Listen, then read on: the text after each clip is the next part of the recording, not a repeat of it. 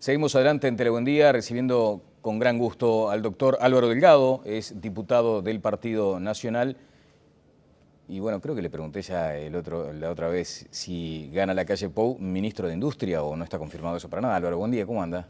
Buen día, un gusto estar acá. Hay dos etapas, 26 de octubre, empezamos a construir el 30 de noviembre y después veremos. Bueno. Cuando uno formó parte de todo este proceso del inicio, te conta, Claro. Uno no puede estar reacio a tratar de dar una mano donde pueda. Bueno, hay coincidencia en los sondeos de opinión respecto a que seguramente habrá una segunda vuelta, un balotaje. Ustedes entienden que ese es el escenario tras el 26. Sí, en los sondeos de opinión sí, excepto en Vázquez, ¿no? Que sigue diciendo que ganan la primera vuelta y con mayoría parlamentaria. Yo creo que el 26 noche va a ser una noche difícil para Vázquez porque se va a dar cuenta que ninguna de las dos cosas que está pronosticando se van a dar.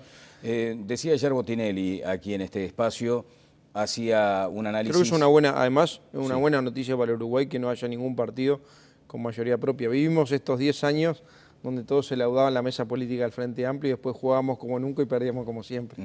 Bueno, decía Botinelli que si el 26 gana Tabaré Vázquez y obtiene mayorías parlamentarias, seguramente va a ser el futuro presidente de la República. Si en cambio la mayoría lo obtienen los partidos fundacionales, es altamente probable, más allá del 90%, que el presidente responda a los partidos fundacionales. ¿Ustedes coinciden en ese pronóstico?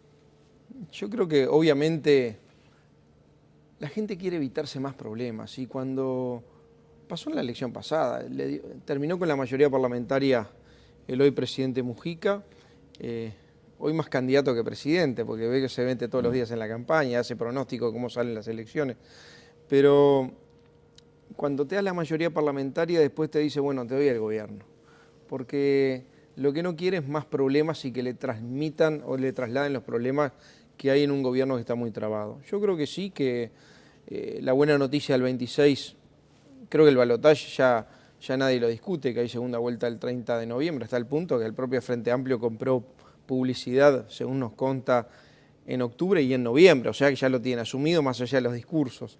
Y en segundo lugar, que nadie va a tener mayoría parlamentaria, con lo cual va a obligar a generar, primero a abrir la cabeza, segundo a trabajar con más humildad. Cuando uno tiene mayoría propia, quedamos todos rehén de una interna política, de un partido que tiene mayoría propia, perdemos calidad legislativa, perdemos prestigio del Parlamento, perdemos capacidad de negociación, perdemos capacidad de aporte. Creo que el tener que salir a negociar sobre mi verdad y tu verdad y generar algo superador va a ser bueno para la gente y en ese sentido va a obligar a generar un gobierno, en vez de un gobierno de imposición como es hoy, un gobierno de convicción. Un apunte sobre la presencia del presidente Mujica en la campaña. ¿Aplicarán, el Partido Nacional tomará nota de algún resorte institucional como para llamar la atención? ¿Harán algún recurso? ¿Plantearán algún recurso, digo? Yo creo que a esta altura no. Lo que pasa es que el presidente Mujica dice una cosa un día y a la semana siguiente dice lo contrario. Anteayer dijo que el Frente Amplio no iba a tener mayorías parlamentarias, ayer sale a decir que sí, Vázquez sale a contradecirlo. Mujica es muy particular. Bueno, la verdad que no va a haber ninguna Mujica acción. Lo que no entendió es que es mi presidente también. Yo no lo voté, pero es mi presidente. Cuando uno sale electo presidente de la República, no gobierna para quienes lo votaron, gobierna para todos. Y en esa responsabilidad institucional tiene que manejarse. Bueno, usted sabe que de cualquier modo en todos los gobiernos de la democracia hasta acá hay un momento donde el calor electoral lleva a que el gobierno también maneje como posibilidad promocionar sus logros y en función de eso puede interpretarse como publicidad. Eso es legítimo, promocionar sus logros, ¿cómo no va a ser legítimo? Ahora, meter los niveles de millones de dólares en propaganda oficial en servicios monopólicos de autobombo, es un exceso. Hacer cadenas nacionales como la que vimos el otro día de algún ministerio que ya no era anunciando algunas cosas que se hicieron, sino testimonio, haciendo casi propaganda electoral, también es un exceso. Álvaro, dígame, ¿quién removió a Mauricio Cusano? Este director de AFE que fue, bueno, aparentemente se le solicita la renuncia por el manejo irregular de fondos públicos. Yo me enteré por Luis Lacalle Pou, una charla ayer que me contó que había tenido información sobre algún tema de algunas situaciones parecidas a las que tú decís, y como ya había un antecedente vinculado a una factura mínima, pero que se había pasado por el directorio de AFE, Luis Lacalle Pou habló con Jorge Larrañaga, porque pertenece a la Alianza Nacional, y habló con Luis Alberto Heber, presidente del directorio del Partido Nacional, y le pidió que presentara renuncia al cargo, y si no iba a pedirle al presidente que lo removiera, al presidente de la República, porque me dijo Luis, y yo creo que tiene razón, es un mensaje muy duro, pero que es muy firme, es una señal política. Si uno va a ser duro con los adversarios, tiene que ser más duro con los propios. Bien. No hay vacuna contra la corrupción, es una de esas frases, un latiguillo bastante difundido en ámbitos periodísticos, en los analistas y también en la sociedad en su conjunto. Ahora, ¿cómo hace para abroquelarse un equipo de gobierno y tratar de evitar ese daño mayor que es la corrupción? Confianza, ser inflexible y dar ejemplos.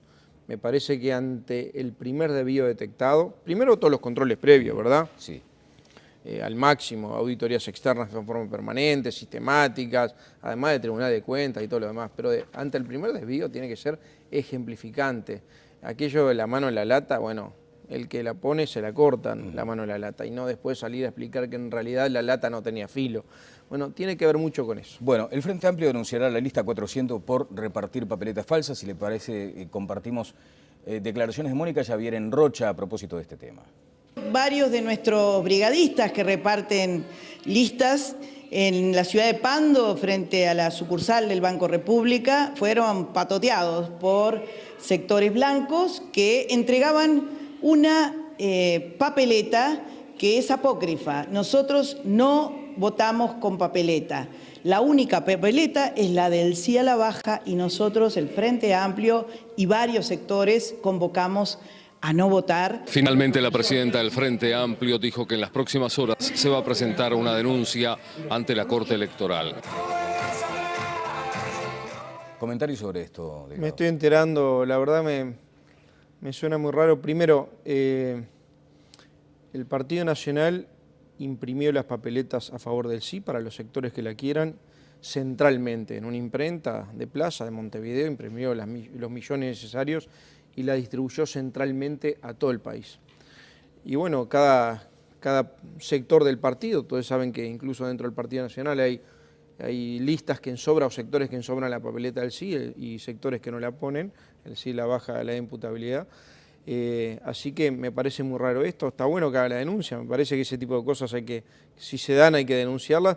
Nosotros estamos haciendo ahora una nota en estos días porque nos está pasando ahora en la lista 404 de Montevideo, nos está pasando que en varias casas, ya tenemos varias denuncias de casas donde le dejan bajo la puerta listas de la 404 pero de la interna, con lo cual obviamente van a tener que anular el voto. Nos estamos haciendo la denuncia ante la Corte Electoral, suponemos, obviamente la gente nuestra no es, evidentemente es alguien que quiere que votemos mal, yo no puedo asignarle la culpa a quién o a tal. Miren, ayer tuvimos un acto de la 404 Pocitos y los muchachos, los jóvenes, que estaban repartiendo volantes y estábamos repartiendo listas a la salida de un shopping, pasó un camión, sí, de militantes identificados con el Frente Amplio y le tiraron un pedazo de ladrillo. Son ese tipo de cosas que, más allá de denunciarlo públicamente, lo que todos tenemos que llamar es a la calma. Yo les pedí, y tienen una instrucción todos los muchachos nuestros y toda la barra nuestra, de no responder esta actitud por la positiva que está en la campaña institucional, que es una actitud y no simplemente un eslogan.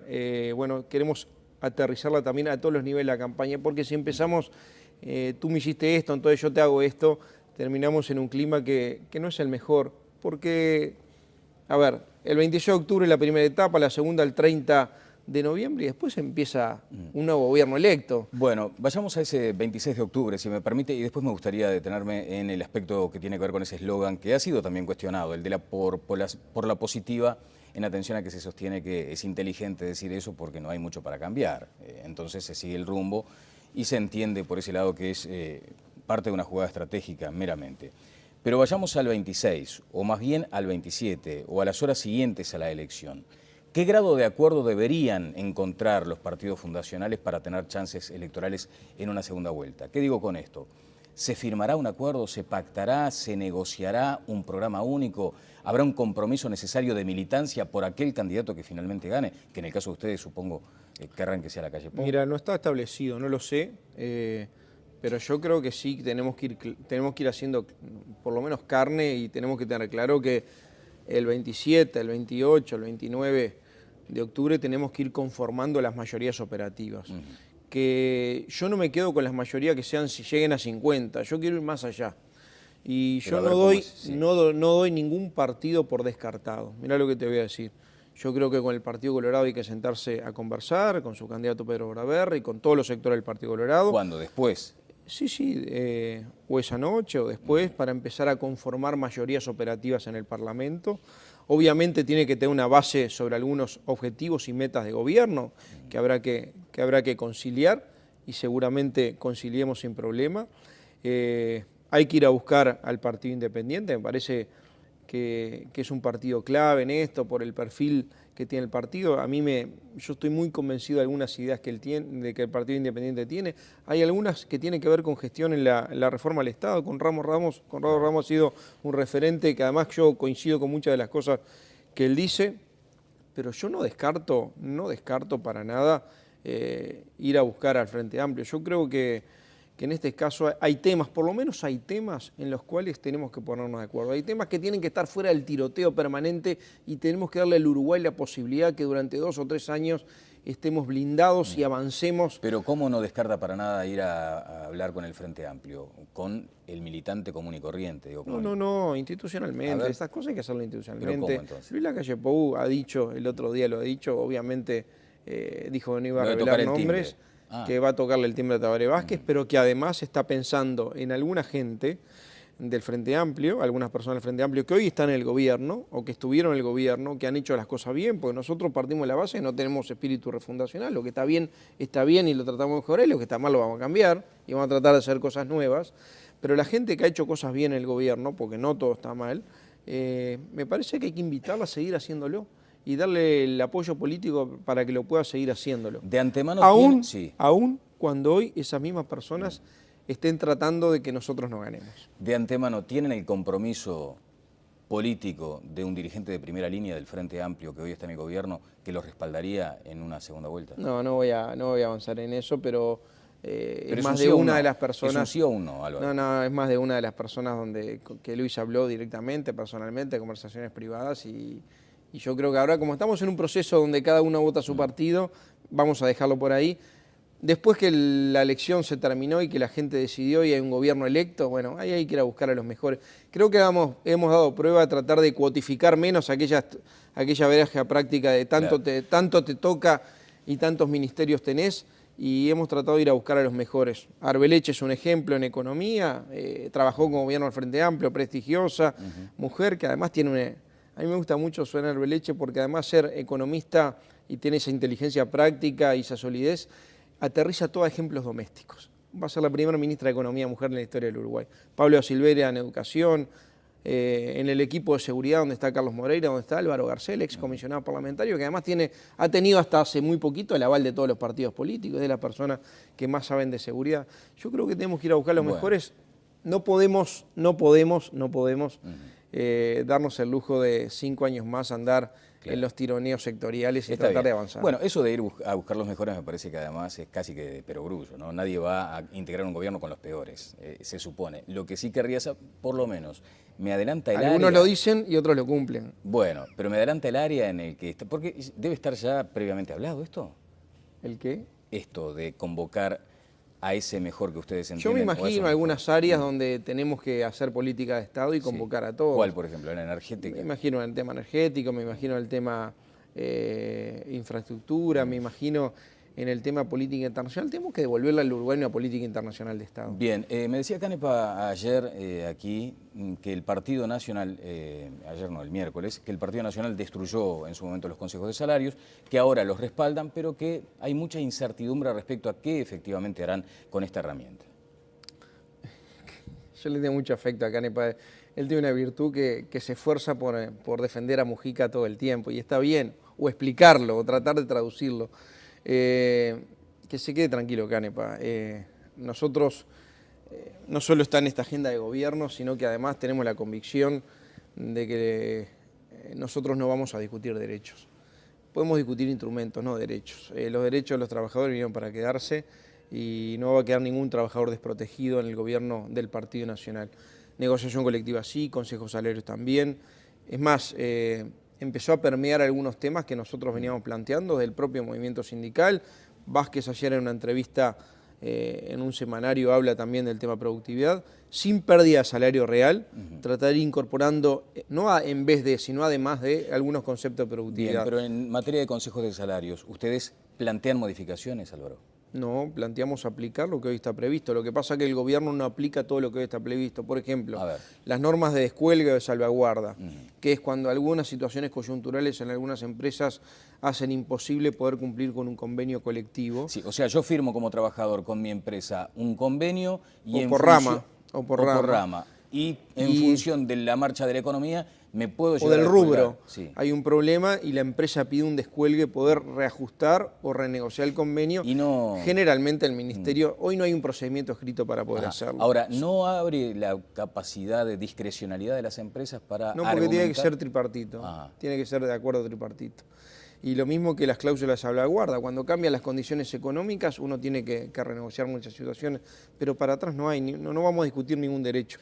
La idea es negociación colectiva, por rama, por empresa, convenios, consejos de salario. Nosotros estamos convencidos de la herramienta, yo estoy absolutamente convencido de la herramienta de los consejos de salario, es una herramienta buena, porque además se enmarca en un concepto que la propia Organización Internacional del Trabajo ha permeado en la sociedad del mundo, que es el tripartismo, que las relaciones laborales funcionan.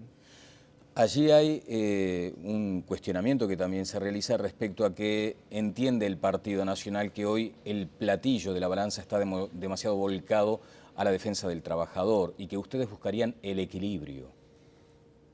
Yo creo que siempre el Ministerio de Trabajo tiene una predisposición natural y debería tenerla por quizá el eslabón más débil de la cadena, que es el trabajador. Es la protección del trabajador. Claro, y eso se modifica. Con un agregado, el trabajador sindicalizado y el no sindicalizado, todos son trabajadores por igual. Todos son trabajadores por igual. La sindicalización, si bien ha aumentado mucho, estamos hablando de un porcentaje de la cantidad de masa laboral activa que hay en Uruguay. Lo que queremos es ser justos, simplemente ser justos y tratar de funcionar como intermediación entre las partes, tratar de ser un facilitador de acuerdos. Bien. Esa es la función del Ministerio de Trabajo. El Ministerio de Trabajo, usted entiende que tiene una vocación casi natural de proteger al eslabón más débil. ¿Eso se mantiene entonces en un gobierno del Partido Nacional? Absolutamente, siendo justos, tratando de buscar soluciones que sean beneficiosas para todos. ¿Sabe lo que pasa?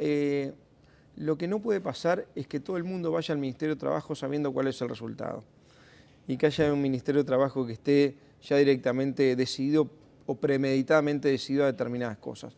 Yo creo que es bueno estudiar, poner los equipos, hay equipos técnicos de primer nivel, estudiar las situaciones y buscar soluciones que contemplen a todas las partes. Quizás lleva más tiempo, quizás lleva más yerba, pero ese esfuerzo vale la pena. Volviendo a la entrevista con Canepa, porque fue muy crítico respecto a algunos aspectos del programa del Partido Nacional, de esta agenda de gobierno, decía, bueno, si ustedes entienden que los trabajadores rurales no merecen el régimen de 8 horas, o si lo que han alcanzado las trabajadoras domésticas tampoco es suficiente, entonces no nos voten y voten el Partido Nacional. Si volvemos a esa campaña de tratar de seguir con las mentiras, es válida cuando hay un legislador muy viejo del Partido Nacional que decía que algunas personas cuando les faltan los argumentos se dedican a descalificar o insultar.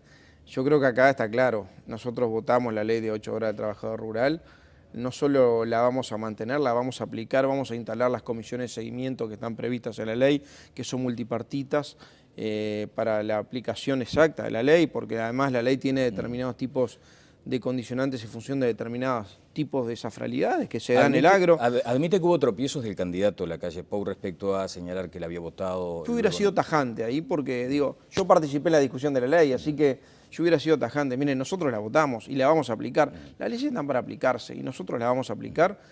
Para atrás no se va ningún derecho laboral, quiero que lo sepan, y no va a quedar ningún trabajador desprotegido en el Uruguay. Obviamente, además, el Partido Nacional tiene una larga historia en esto. Fue el creador del Estatuto del Trabajador Rural, del seguro de paro de los trabajadores rurales. Fue obra del Partido Nacional, así que en esto creo que tenemos crédito. La regulación del trabajo doméstico salió por unanimidad del Parlamento, eso fue una buena iniciativa. Es más, yo le agregué otra iniciativa que lamentablemente el Frente Amplio no la llevó, que es tratar de estimular la formalidad del trabajador doméstico o la trabajadora doméstica a través de que el patrón o la patrona jefa de hogar pueda deducir parte del IRPF los aportes. Por esa vía poder formalizar un sector que es bastante informal. O sea que sin embargo, no conseguimos el apoyo del Frente Amplio. Bueno, se mantiene en sus términos entonces este tipo de legislación. Absolutamente. El tema de las empresas públicas. Leía una entrevista que la calle Pou le otorgó a La Diaria y allí mencionaba lo que ya estaba escrito además en la agenda de gobierno, lo que le dijimos aquí en Uruguay Decide a la calle Pou, la posibilidad de importar combustible en determinados momentos para regular el precio interno. ¿Es correcto eso? Sí, ANCAP le importa a veces, ¿no? ANCAP importa combustible refinado, a veces cuando le falta gasoil. Nosotros tenemos que pensar siempre en la gente. Tenemos el combustible más caro de la región, producto de varias cosas. Hay un factor que no depende de nosotros, que es el precio del petróleo, sí, que dicho sea de paso viene bajando. Sí. Viene bajando. Y dos factores más. El costo ANCAP, que es el costo de refinación, fletes, márgenes, subsidios cruzados que a veces hay. Y lo tercero es el tema impositivo. El gobierno en ese sentido fracasó, y tenemos que decirlo con todas las letras, fracasó. En el tema impositivo fracasó. La nafta tiene un 40% de IMESI, que los hace de los combustibles más caros de la región. Y el gasoil, tú te acordarás del gasoil productivo que tanto se prometió y que al final un día dijeron la verdad y dicen, miren, no lo podemos implementar. Ahí presenté yo un proyecto de ley. ¿Y por qué ahora se podría Y cambió, ¿sabe lo que? Cambió la carga tributaria, cambió el IMESI por el IVA. Fue un proyecto nuestro que salió por unanimidad. ¿Para qué? Para que pudieran deducir quién es el agro, la industria del transporte. El Partido Nacional ahora insiste con eso. El problema es que lo topearon, entonces pueden deducir muy poquito. La idea es aumentar los niveles de deducción. Ahora, Álvaro, dígame, si ustedes entienden que hay y en la paridad de importación, cuando es necesario y cuando se disparan los precios, establecer algunos cupos de importación para regular. Primero, ¿no se perfora el monopolio de ANCAP mediante la importación puntual de combustibles? No, ANCAP está hoy importando muchas veces combustible por cuando lo necesito. O sea, eso es una práctica. Mira, hay un acuerdo, el acuerdo multipartidario de energía que yo participé, que de los 4 acuerdos multipartidarios el único que funcionó en grandes líneas, que estamos hablando de aquí a 20 años, son los qué, no los cómo, porque los cómo lo determina cada gobierno. En general hubo un 95% de acuerdo. Parte de todos estos situaciones, inversiones en materia de energía, energías renovables, biomasa, energía eólica, biomasa, la regasificadora, parte de todo esto sale de ahí, sale del acuerdo multipartidario. ¿Por qué? Porque no solo estábamos dando un blindaje jurídico, sino también político. Y para los inversores son inversiones que son muy onerosas y que demoran mucho tiempo en amortizarse. Por eso los molinitos de viento en las publicidades del Partido Nacional, por ejemplo. Obviamente, porque es parte también del acuerdo multipartidario de energía. Ese blindaje político permitió que vinieran los inversores y lo vinieran a hacer. ¿En qué no estuvimos de acuerdo? Nosotros no estuvimos de acuerdo en el tema, por ejemplo, en el tema de importación de combustibles. ¿Por qué? Porque pensamos que hay que primero, una primera etapa que es fortalecer y hacer más eficiente ANCAP. Vaya si habrá que hacerla eficiente, terminó con un déficit del año pasado que en realidad son 189 millones de dólares, no 169 por un tema de un asiento contable que difirieron el pago de impuestos. Este año van con un déficit parecido o peor al del año pasado, o sea, si habrá que hacer eficiente ANCAP y después de eso sí permitirle un nivel de competencia mayor con un solo objetivo. Vamos a entendernos, acá hay un solo objetivo. Un ANCAP fuerte, primer actor del mercado, pero sobre todo a mí me interesa la gente que es que tenga el combustible más barato. El combustible más barato. Bien, tomo este tramo de la entrevista, lo grabo y lo instalo el 1 de marzo si efectivamente la calle Pou es presidente de la República. Al otro día tendrá que haber un decreto bajando el precio de los combustibles. Sé que no funciona tan linealmente y que demanda otras cuestiones, aún aquellas burocráticas, pero han coincidido directores blancos en ANCAP de que es posible bajar el precio de los combustibles. Me lo acaba de decir usted. Bueno, ¿cuánto baja el combustible? Porque además yo te digo lo que va a pasar. La autoridad de ANCAP ha dicho claramente el próximo ajuste, me imagino que está hablando de ajuste al alza, lo deberá hacer el próximo gobierno. Sí, yo te digo lo que va a pasar, que seguramente sea el primer mes de gobierno del Partido Nacional, que sea rediscutir los niveles de deducción de IVA. ¿Para qué? Del gasoil. Estoy hablando de los sectores productivos que encarecieron mucho el costo de Pero producción. otra vez nos concentramos solo en el tema del gasoil, o lo que decimos es, si los Ahora combustibles voy a son las los más naftas. caros de la región, Ahora voy a vamos las a naftas. bajarlos. Sí. Hay dos mecanismos diferentes Bien. porque los impuestos son diferentes. El tema del gasoil, en la medida que permitamos deducir más y lo hagamos con créditos trimestrales o anticipos trimestrales, vamos a ir bajando el precio final, obviamente, porque el impacto en la paramétrica de una empresa termina siendo menor y obviamente la competitividad de esa empresa vinculada al costo de combustible termina siendo mucho más alentadora. Con respecto a las naftas, yo creo que hay que cambiar la carga impositiva que tiene. Hoy se ajusta por IPC y bueno, y estamos con niveles de impuestos muy altos en las naftas. Para poner un ejemplo, la nafta tiene IMESI. En el 2005 se recaudaron por concepto IMESI, impuesto a los combustibles, a las naftas, 200 millones de dólares. En el 2011, 450, el 2013, 470 y este año vamos rumbo a los 525 millones de dólares de recaudación de IMESI combustible.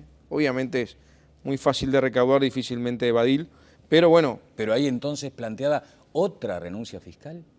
No, lo que pasa es que en ese sentido, si nosotros lo hacemos que el ajuste sea diferente y la carga impositiva sea diferente, la renuncia fiscal que tenemos por un lado lo generamos con un aumento de consumo por el otro. Es bastante flexible la demanda de combustibles en ese sentido, está bastante estudiado, hay proyectos a 5 años, así que Bien. Es un círculo bastante cerrado que se compensa y se derrama rápidamente y lo que se saca por un lado se termina recogiendo por el otro, en el medio generando empleo, más competitividad, pero más en producción. términos prácticos, el día que yo vaya a cargar la nafta, voy a sentir si gana el Partido Nacional, voy a sentir una baja en el precio. Exactamente es esa la pregunta. Bueno, obviamente nosotros tenemos... Porque además eso mueve todo, digamos, ¿no? Obviamente, pero además nosotros tenemos algunos convencimientos que queremos implementar. Cuando vino la ley de biocombustibles le pusieron la misma carga impositiva a los biocombustibles que tenía el gasoil y las naftas. Y así es muy difícil bajar los precios. El tema de los combustibles para nosotros es un tema muy sensible y tenemos los combustibles más caros de la región, lo tenemos eso muy claro y es un objetivo del próximo gobierno tener combustibles más baratos. Por dos vías, una eficiencia ANCAP, por la vía que podemos manejar nosotros. No podemos manejar el precio del petróleo hasta que no tengamos petróleo. La vía de la eficiencia ANCAP y por el otro lado por la vía de la carga tributaria. Muchas gracias, diputado. Bueno, y esperemos que este aire de renovación el 26 empiece a soplar más fuerte. Bueno, muy bien, vamos a estar atentos a eso en una circunstancia que viene como muy apretada, ¿no? En términos, una elección abierta. ¿Sabes lo que está pasando, Daniel? El Uruguay en general, en los sectores productivos, en la banca, los empresarios, los sindicatos, hay una generación que no tiene nada que ver con la edad, hay una renovación de elencos, de caras, un aire fresco, que están agarrando responsabilidades de primer nivel, 40 y pico de años, 50 y pico de años. La política estaba muy rezagada. Luis cambió el paradigma de esto. Es el primer candidato que tiene 41 años, que además tiene la condición de generar equipo, generar diálogo y tener la solidez como para encarar el liderazgo, para encarar un nuevo gobierno. ¿Hubo una decisión estratégica de dejar al margen a la calle de Herrera?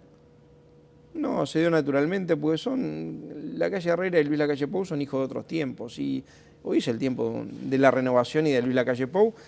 El primero que lo entendió es la calle Herrera, el primero que lo entendió es la calle Herrera, y yo creo que además... No así Chirucci, que reclamaba más la presencia del expresidente. Y bueno, pero no estuvo en las listas. Muy amable, ¿eh? Gracias. Vamos a la pausa y seguimos adelante en Telebuen Día.